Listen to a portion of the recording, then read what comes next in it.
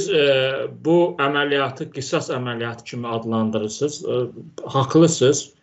Mən biraz buna oxşar başqa bir ad da seçə bilərəm. Çökdürmə əməliyyatı. Yəni faktiki Ağ Evin indiki administrasiyası Ukraynanı çökdürmə əməliyyatını həyata keçirir. Beynəlxalq aləmdə illər uzun mövcud olan təhlükəsiz arxitekturasını da dağıdır. Çünki hamı öyrəşmişdi ki, 2-ci Dünya müharibəsindən sonra Amerika Avropanın yanındadır, Avropanın təhlükəsini qoruyur. Ukraynada Avropanın faktiki tərkib hissəsi sayılır. Bu təhlükəsizə problem yaradan ölkələrlə mübarizə apar. Əsas keçmişdə Sovetlər Birliyi, indi Rusiya. Mən bəzən fikirləşirəm ki, Donald Trump 80-ci illərdə prezident olsaydı, bəlkə də Sovetlər Birliyi ilə də dostlaşardı. Halbuki o zaman qatı düşmən edilir. İstənilən addımı Trumpdan gözləmək olardı. İndi də bu beynəlxalq təhlükəsizlik arxitekturasını dağıdır. Faktiki Ukraynanı çökdürməyə çalışır. Çünki mən keçən müsahibələrimdə də qeyd etmişdim, iki istiqamətdə dəstək alırdı da, yəni Ukrayna Amerikadan. Maliyyə, hərbi texnika, kəşfiyyat məlumatları. Və sizə deyim ki, kəşfiyyat məlumatlarının alınması, hərbi texnika, maliyyə alınmasından az əhəmiyyətli deyildir.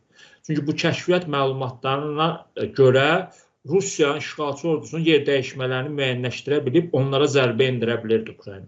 İndi əgər bu kəşfiyyat məlumatlarını kəsirlərsə, düzü müxtəlif məlumatlar var, bir informasiya çeşidliyi də var indi mediada. Yəni bəziləri yazır tamamilə kəsib kəşfiyyat, bəziləri hələ kəsməyib. Elon Musk xəbərdar edir ki, Starlinkdən sizi məhrum edəcəm, Starlink olmadan siz hərbçilərinizin rabitəsi mümkün deyil. Kəsilib yoxsa kəsilməyib, bu suala cavab vermək çətin. Amma aydındır ki, kəsilmə üzrə gedir kəşfiyyat məlumatları. Nəinki maliyyə və hərbi texnika verilməsini dayandırır, kəşfiyyat məlumatlarını da paylaşmayacaq artıq Ukrayna. Bu Ukraynanın vəziyyətini daha da ağırlaşdıracaq, Ukrayna itkilərini daha da artıracaq. Bu demək olacaqmı ki, Ukrayna belə deyək, məğlub olma ehtimalı Ukraynanın arta bilər. Bunu söyləmək çətindir, çünki 3 il qabaq da Ukrayna bir həftəyə məğlub olacağını proqnozlaşdırdılar qəbdə. Amma məğlub olmadı.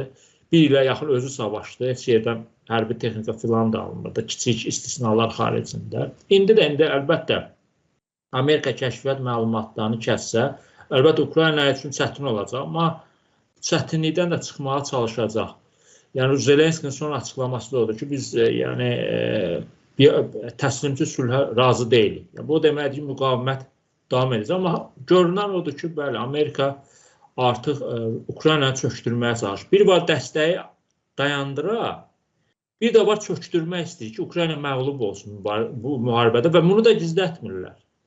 Trump tez-tez yenə də son zamanlar açıqlama verir ki, Rusiya Ukraynadan güclüdür, Ukrayna davam gətirə bilməyəcək. Eyni sözləri Elon Musk deyir, eyni sözləri dövlət katibi deyir. Nə bilim, o biri rəsmilərdir. Tutuquşu kimi Trumpın dediklərini təkrar edirlər. Yəni, bir var dəstəyi dayandırasan, bir də var ki, dünənki müttəfiqini işğalçı dövlət qarşısında çökdürməyə çalışır. İkinci siyasətə artıq başvururlar. Amma Ukrayna, Amerika istəyir deyə inanmıram ki, belə tezliklə çökər. Avropada müəyyən danışıqlar gedir, dəstəyin artırılması istəyir. Düzdür, Avropaya da o qədər böyük inam yoxdur.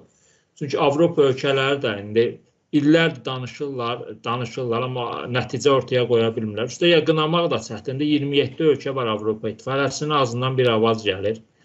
Düzdür, indi qəti qərar veriblər ki, Avropa öz təhlükəsizlik çəmbərini yaratmalıdır. Buna 800 milyard dollar, üzr istəyirəm, avro ayrılacaq.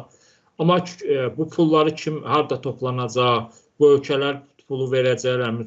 10 ildir güya hərbi xərclərini artırırlar, hələ də artırıb gəlib o rəqəmi 5%lik rəqəmə gəlib çata bilmirlər Polşanın xaricində.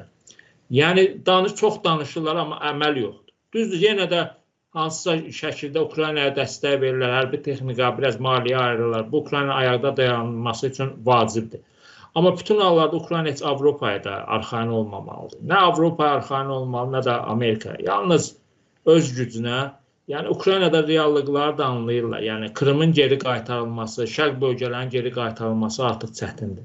Heç olmasa olan qalan torpaqların qorunması məsələsi var. Təhlükə bundadır. İndi bu resurslarla bağlı yenidən danışıqlar intensivləşib. Trump Zelenskini yenidən ayağına çağırmaq istəyir. Məncə Zelenski bir daha bilmirəm gedəcək, getməyəcək, amma bu həmin o sənədi aşağı səviyyədə də imzalamaq olar. Vacib deyil ki, prezidentlər imzalansın.